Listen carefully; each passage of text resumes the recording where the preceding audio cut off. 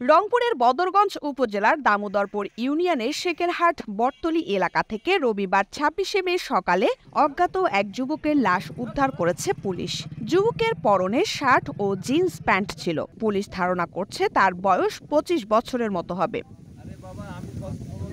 Police ও স্থানীয় সূত্রে জানা যায়, রবিবার সকালে উপজেলার দামোদরপুর ইউনিয়নের শেখেরহাট বটতলী এলাকার সড়কের পাশে ধানক্ষেতে একটি লাশ পড়ে থাকতে দেখা যায়। পরে স্থানীয় লোকজন পুলিশকে খবর দেয়। আমি দেখছি তো ওষুধ খাওয়া মানে ৭টার পরে যখন আমাদের চৌকিদার ফোন দেয়, এটা বুঝছেন, তখন আমরা চৌকিদার সঙ্গে কিন্তু একসঙ্গে আছি। চৌকিদারও কিন্তু আমাদের ভাতিজা, পাশে বাড়ি। হ্যাঁ না, চৌকিদার সঙ্গে তো চৌকিদার ফোন করতেছে, আমরা আসছি। আপনারা চিনতে পারেননি?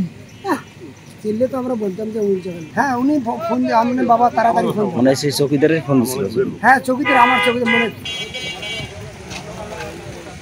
সকাল ৮টার দিকে পুলিশ লাশটি উদ্ধার করে। লাশের মাথায় আঘাতের চিহ্ন পাওয়া যায়। এদিকে বদরগঞ্জ থানার ওসি মনোয়ার জাহান বলেন, মরদেহ থানায় নিয়ে আসা হয়েছে। মরদেহ ময়নাতদন্তের জন্য রংপুর মেডিকেল কলেজের মর্গে পাঠানো হবে।